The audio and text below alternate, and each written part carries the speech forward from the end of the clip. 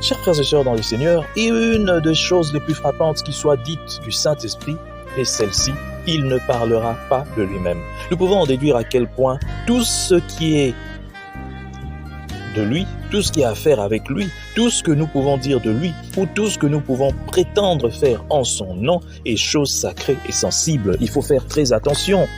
Si déjà la parole de Dieu dit le Saint-Esprit ne parlera pas de lui-même, nous devons savoir que il est important pour nous de ne pas blasphémer avec le Saint-Esprit. Blasphémer dans le sens de faire dire au Saint-Esprit ce que Dieu n'a pas dit. Mais voilà aujourd'hui ce qui se passe. Il y en a beaucoup qui parlent d'eux-mêmes.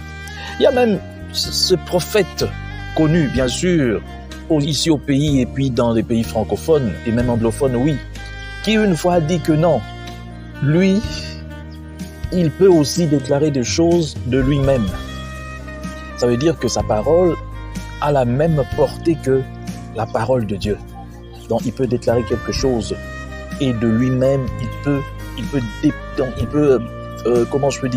peut faire sortir la même puissance que Dieu. Ce sont des choses comme ça qui prouvent que il y a un autre esprit à part le Saint-Esprit. Mais cet esprit-là parle de lui-même.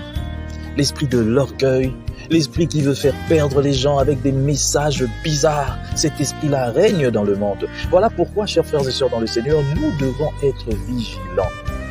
Nous devons être vigilants. Ne pas se laisser séduire par n'importe qui, tout simplement parce qu'il t'a dit des choses sur ta vie, sur la vie, je ne sais pas, de ta famille, sur des choses comme ça. Tu dis, ah non, celui-là, vraiment, il est. Et puis après, tu te rends compte qu'il vit dans l'impudicité. Toutes les petites filles de l'église, il prend, il laisse, il fait ceci.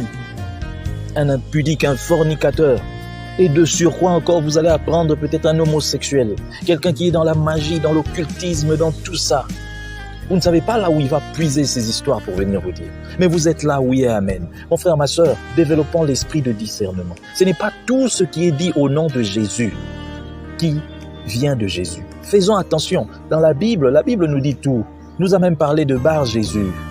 Ce n'était pas pour rien que cet épisode devait se produire, parce qu'il y avait beaucoup, il fallait qu'on nous informe, qu'on nous mette en garde sur beaucoup de faux Christ qui viendront.